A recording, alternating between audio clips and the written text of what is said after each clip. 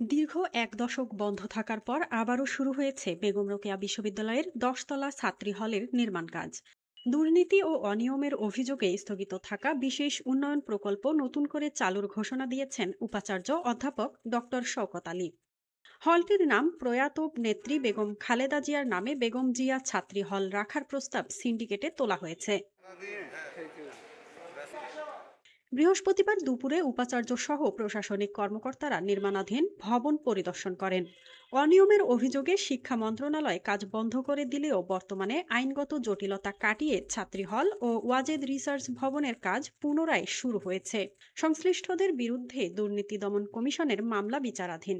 আমরা দুর্নীতিমুক্ত একটি বিশ্ববিদ্যালয় চাই, যাতে সুষ্ঠু পরিবেশের মাধ্যমে এই সমস্ত অবকাঠামো নির্মাণ করে আমাদের এখানকার ছাত্রছাত্রীরা, আমাদের এই উত্তরাঞ্চলের মানুষ শিক্ষার ক্ষেত্রে যাতে একটি অগ্রগতি অর্জন করতে পারে। বিশ্ববিদ্যালয় প্রশাসন বলছে, শিক্ষা মন্ত্রণালয়ের নির্দেশনা মেনে নিয়মতান্ত্রিক প্রক্রিয়ায় প্রকল্প বাস্তবায়ন করা হচ্ছে। বিশেষ প্রকল্পে প্রথমে ৯৭,৯৬,০০,০০০ টাকা বরাদ্দ থাকলেও পরে তা ১৭৮ কোটিতে উন্নীত করার উদ্যোগ নেয় প্রাক্তন প্রশাসন। উন্নয়ন কার্যক্রমে কোনো ধরনের অনিয়ম বরদাস্ত করা হবে না বলেও জানানো হয়। গ্যারান্টি দিচ্ছে আমার পক্ষ থেকে এই বিশ্ববিদ্যালয়ের কোনো দুর্নীতির কোনো লেশমাত্র এখানে থাকবে না।